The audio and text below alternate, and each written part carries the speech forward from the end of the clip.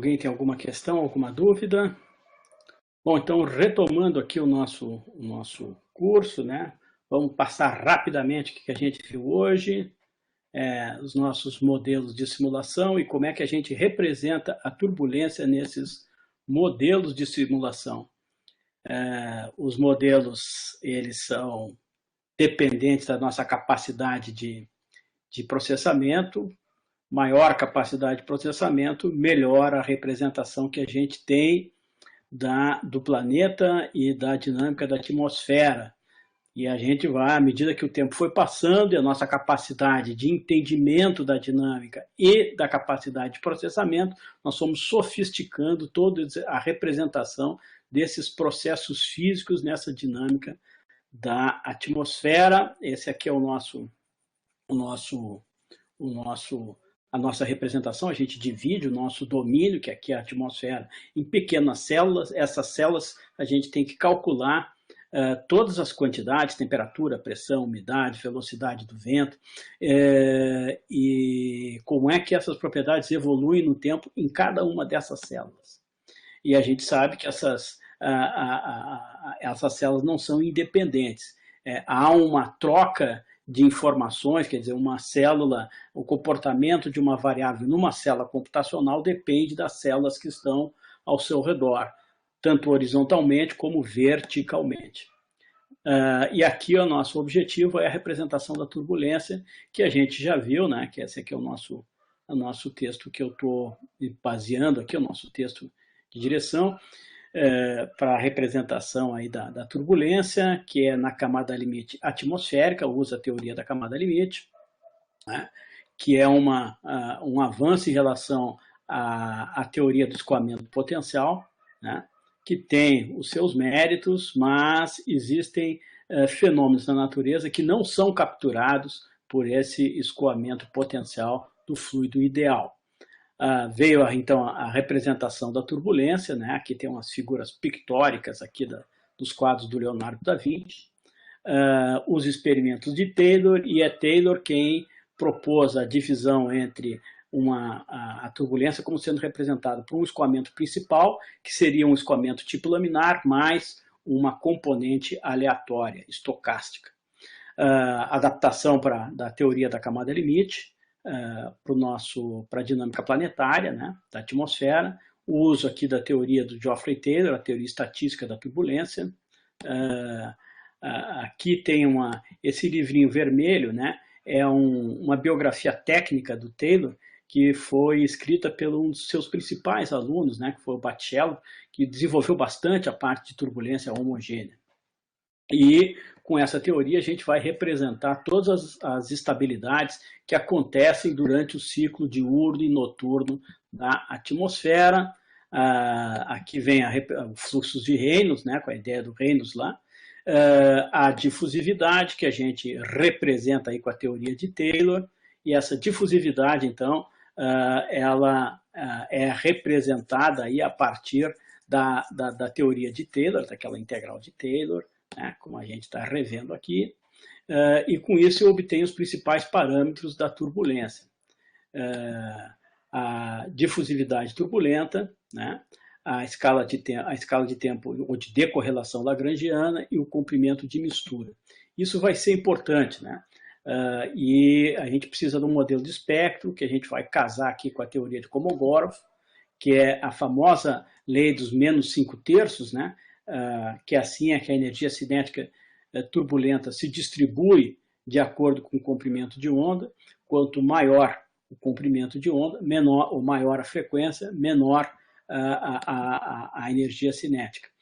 E também a gente usa a teoria da similaridade da turbulência e sua adaptação tanto para a teoria da similaridade para a camada convectiva, como a sua adaptação da teoria da similaridade para a camada estável.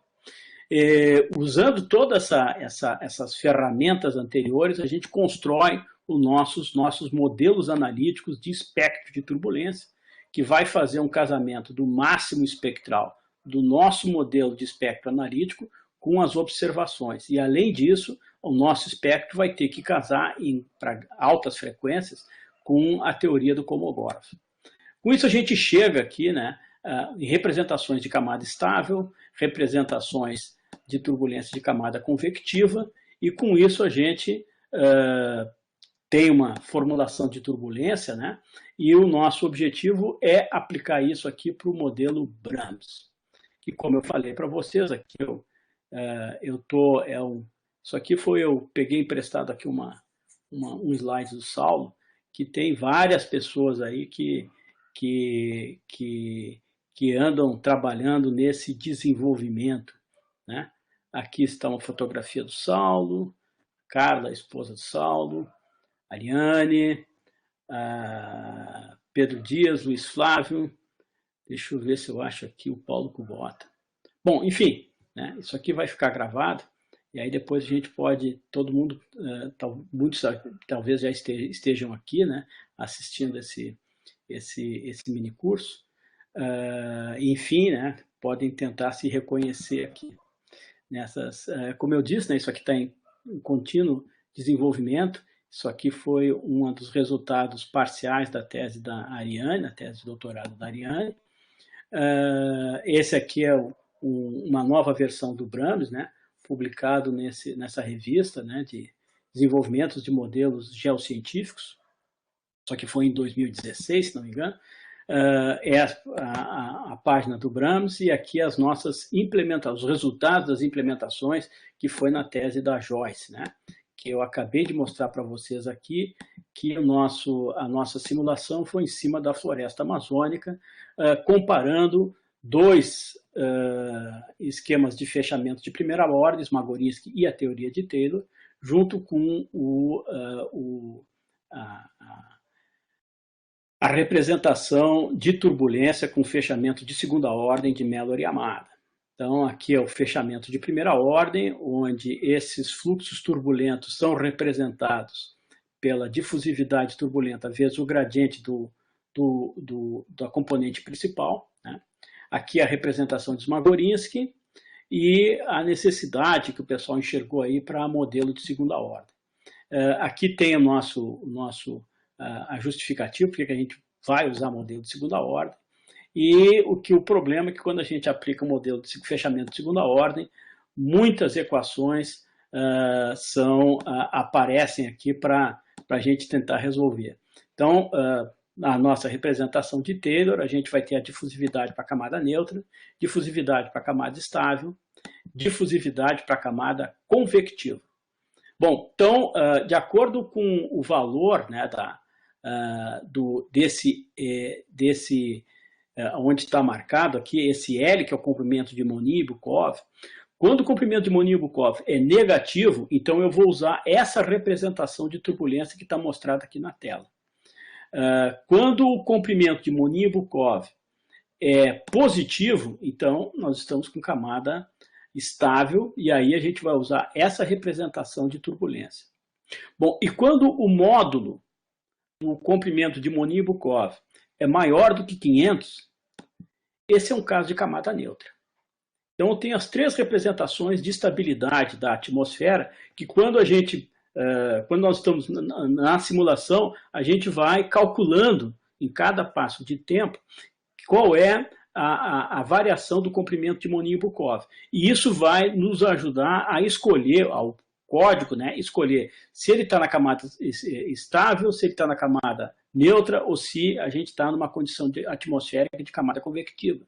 E aí ele vai, então, puxar essas representações da turbulência, né, de acordo com o estado de estabilidade da atmosfera.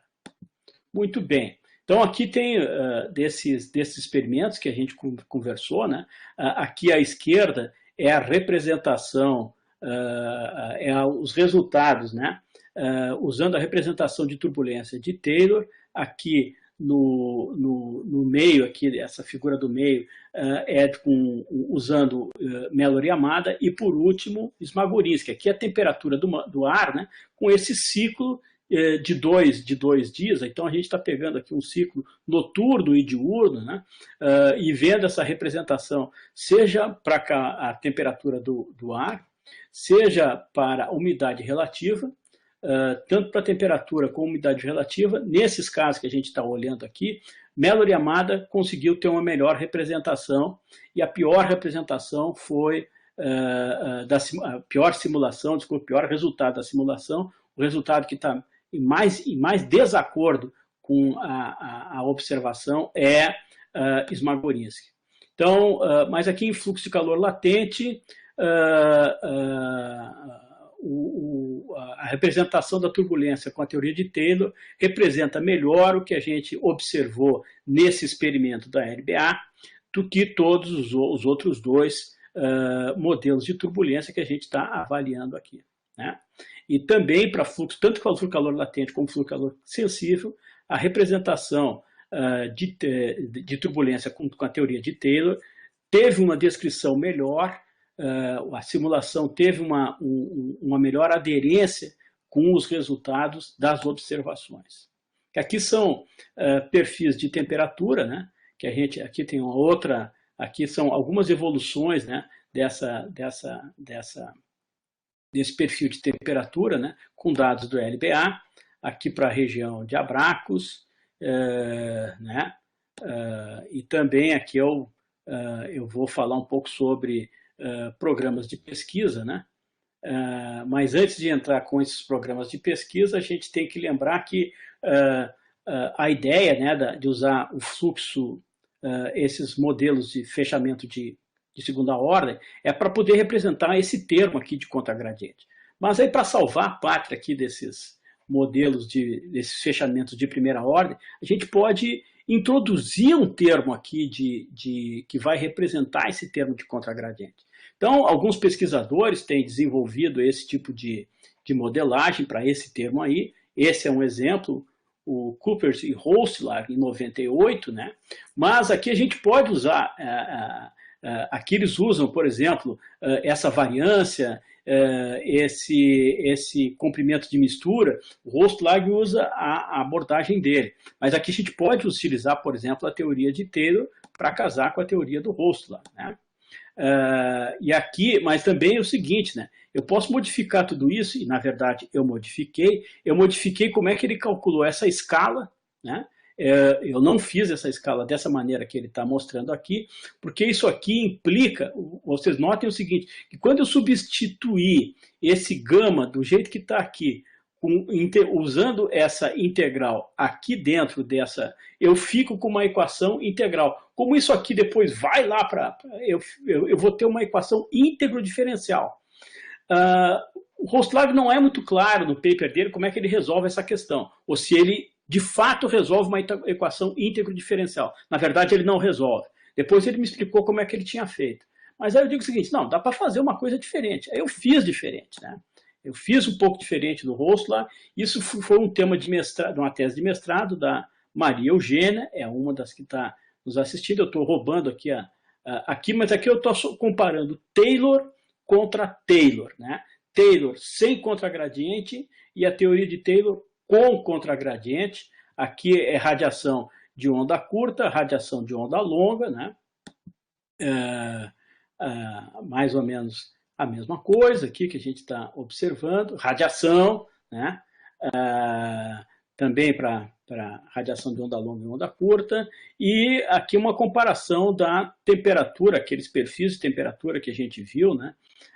Comparando aqui, quer dizer, dá muito próximo aqui em termos de perfis de temperatura, tanto aqui tem Taylor contra Taylor e contra gradiente, né? Mas vamos deixar, só para mostrar que dá para a gente desenvolver uma teoria de primeira ordem com representação explícita de um termo de contragradiente.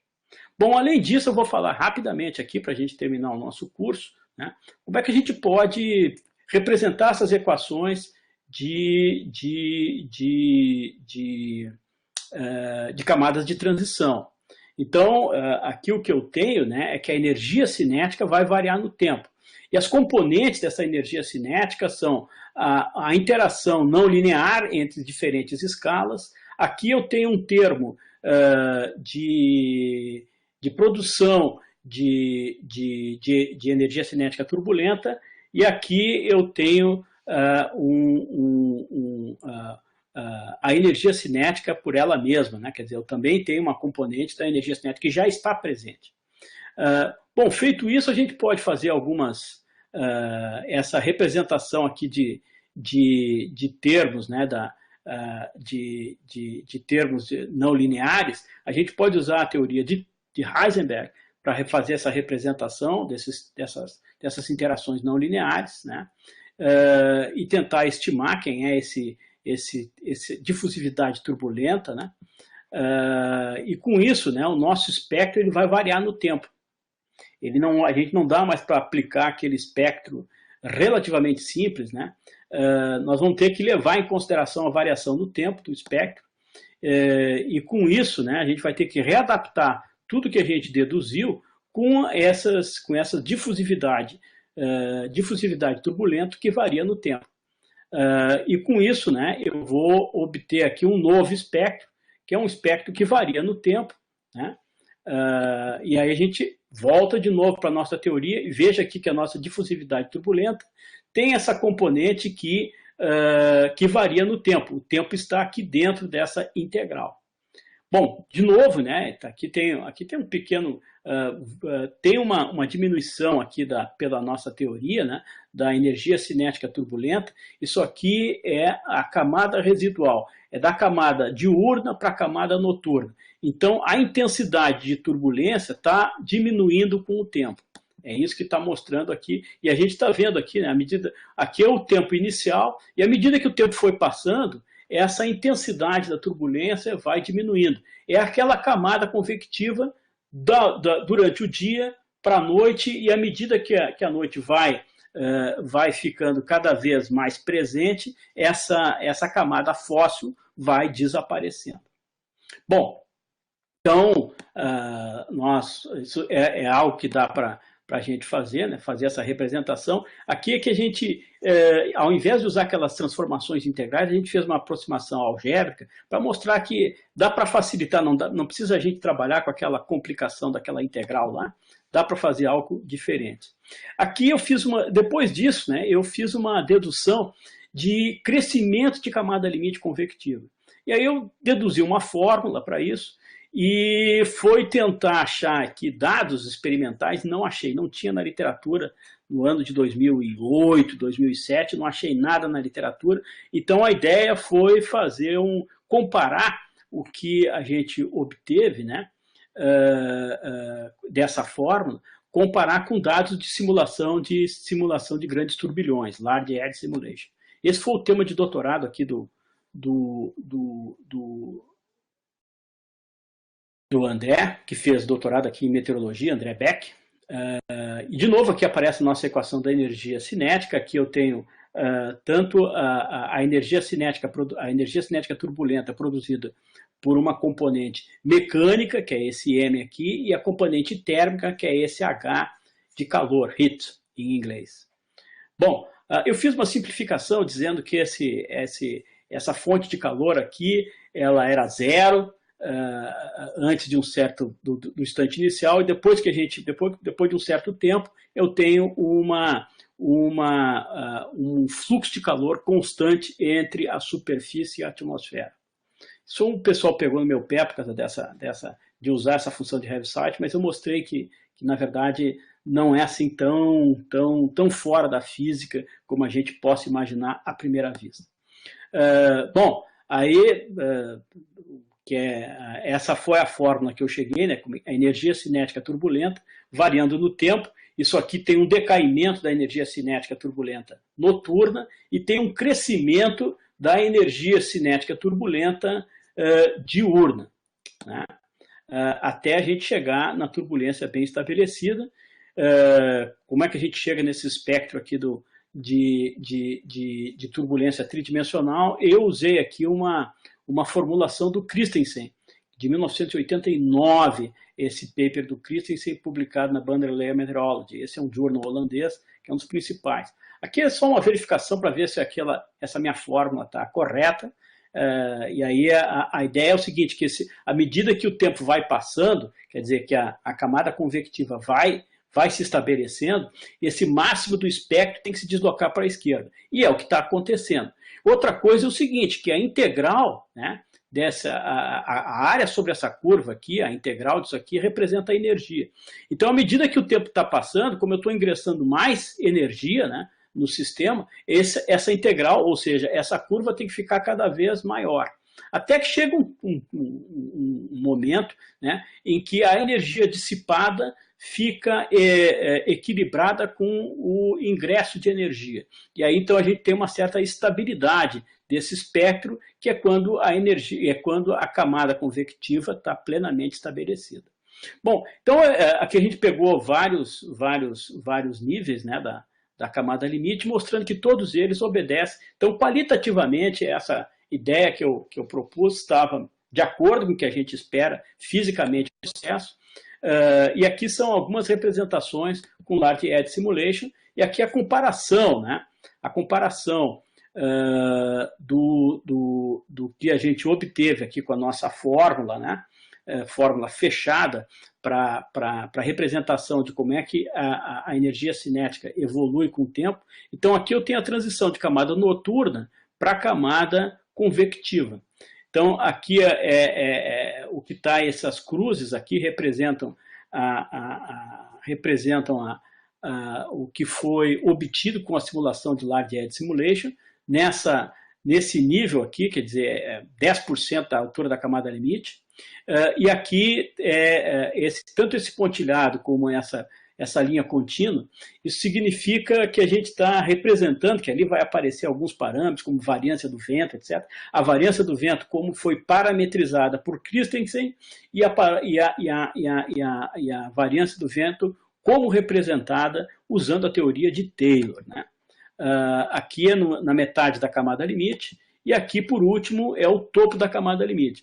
Vocês veem que a parametrização usando teoria de Taylor para alguns parâmetros para representar a energia cinética turbulenta do Christensen, tridimensional, ela é melhor, bate melhor, que ela tem uma melhor concordância com os resultados de Large Edge Simulation do que a representação aqui usando a parametrização do Christensen. Bom, aqui é a modelagem de turbulência dentro de nuvens com a teoria de Taylor. Eu acho, né, esse aqui, eu não sei se existem outros artigos de pesquisadores brasileiros que fizeram uma representação de turbulência dentro de nuvens. Que eu saiba, esse aqui eu acho que é o único paper que tem de pesquisadores brasileiros trabalhando aqui com parametrização de turbulência em nuvens. E tem mais, eu acho que é o primeiro e único artigo que tem na literatura em que a gente usa a teoria de Taylor para fazer a representação de turbulência dentro de nuvens. Bom, aqui tem uma dedução de como é que a gente faz isso. Eu vou pular essa parte aqui, né? Mas o que é importante é que a gente depois compara aqui com dados, né, experimentais, aí, com dados dos franceses, né? E aqui tem a formação da nuvem, de acordo com o tempo. Isso que a gente está vendo aqui é o volume de água. Então, vocês veem que existe água, né? A umidade aqui ela é bastante significativa nessa parte aqui, que é justamente onde tem nuvem.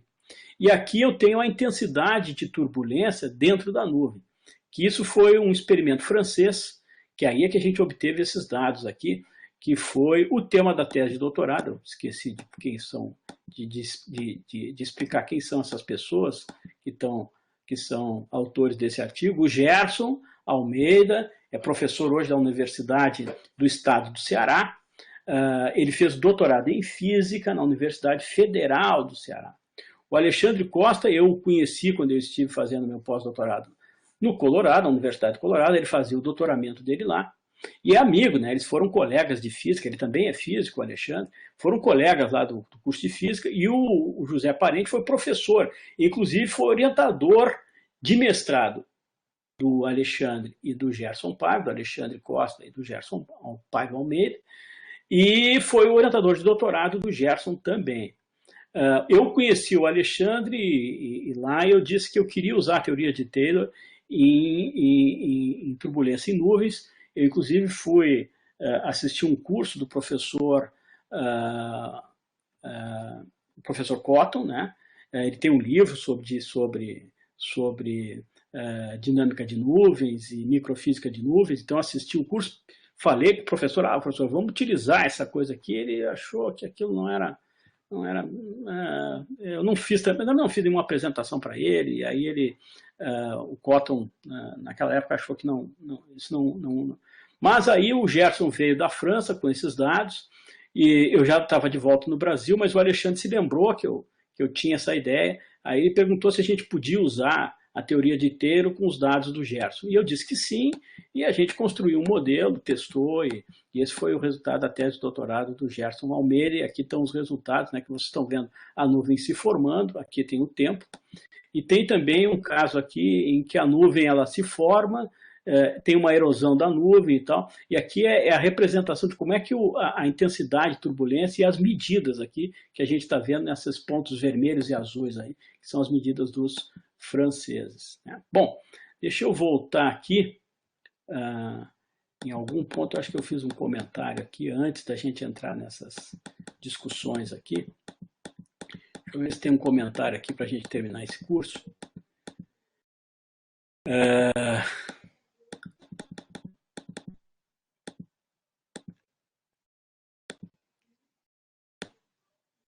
Antes aqui do termo de contragradiente, eu acho que eu tinha feito uns comentários. Não fiz os comentários. Bom, deixa eu comentar aqui, então, terminar o curso. Primeiro, agradecer a todos vocês aí pela participação nesse nosso mini curso. Eu estou à disposição, né,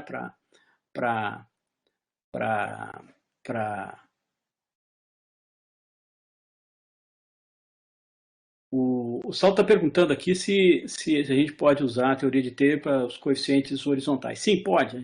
Eu só mostrei o vertical aqui porque a componente vertical da turbulência na atmosfera é a mais importante. Mas sim, a resposta para o Saulo é verdadeira, né? Eu só fiz aquela representação na vertical, mas sim, a gente tem as representações também para a direção X e para a direção Y, né? Tem esses espectros e tem as difusividades, tem o comprimento de mistura, escalas de decorrelação lagrangiana. E, bom, não sei se vocês têm alguns comentários ou perguntas, né? O Saulo deixou a pergunta dele aqui, e a resposta para a pergunta do Saulo é sim, né? Bom, vamos aqui a lista fazendo uma outra pergunta. Qual é a influência da representação nos estágios de transição matutino ou vespertino da camada limite atmosférica na modelagem regional com o Brahms? Nas simulações do Brahms, o tempo de duração da transição entre neutro e convectiva pela manhã determinado pelo comprimento de Monivnikov, ou existe alguma condição de camada convectiva? Bom, aqui a gente tem que fazer o seguinte, né? Quando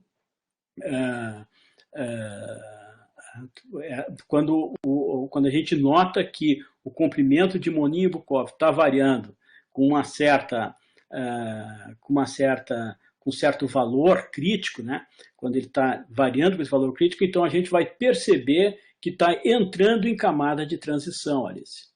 E aí, quando a gente percebe essa camada de transição, a gente começa a apelar, deixa de usar os modelos de difusividade turbulenta, de turbulência plenamente desenvolvida, seja estável, neutra ou convectiva, e começa então a chamar os modelos de transição. Essa é a ideia que a gente tem aqui para como é que a gente chama isso, né? Aí a gente vai ter que fazer uma avaliação de que variação eu vou considerar, porque a cada instante de tempo de simulação, a cada passo de tempo, eu estou recalculando esses parâmetros de turbulência. As escalas de velocidade, o comprimento de Monivnikov, todas essas, altura da camada limite, todos esses componentes, né, que são importantes para a turbulência, eu estou calculando em cada passo de tempo.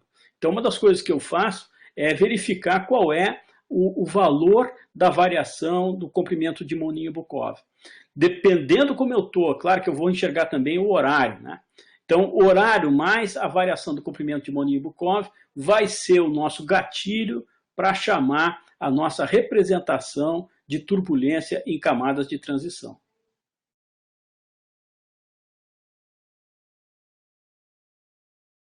Mais alguém aqui?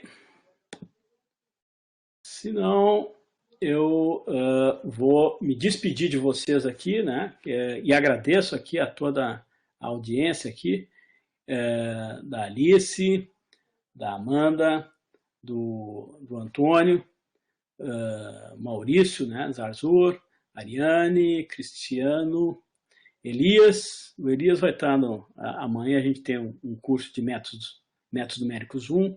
Fabíola Teixeira, Fabíola Valente, Jerônimo Lemos, Heitor Augusto, Isabela Talamone, Jane Fernando, Jéssica Silva, Jonas Oliveira, Jonas Tamaoki, Laírson Menezes, Lindsay Assunção, Luciano Pezzi. Bom, Luciano, eu fiz a chamada lá para tua apresentação lá naquela divulgação do INPE. Eu vou passar aqui deixa eu ver se eu tenho aqui, Luciano. Tem. Desafio.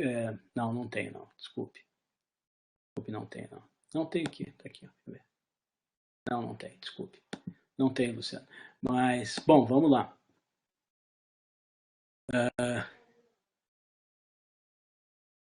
Ok, vamos lá. Roberto Soto, Jerônimo, deixa eu ver se tem mais alguma pergunta. Não, então tá, continua os meus agradecimentos aqui ao Luciano Pes, ao Luiz Flávio, Marcelo Santini, Paulo Kubota, Ayane Sodré, Roberto, Tainá Maia, Laís Lobato, Wesley Adriano. Bom, muito obrigado a todos vocês aí. E estou aberto, se vocês tiverem algumas dúvidas e tal, estou aberto para a gente conversar, trocar ideias e muito obrigado aqui por vocês participarem desse mini curso. Uma boa tarde aqui e uma boa semana.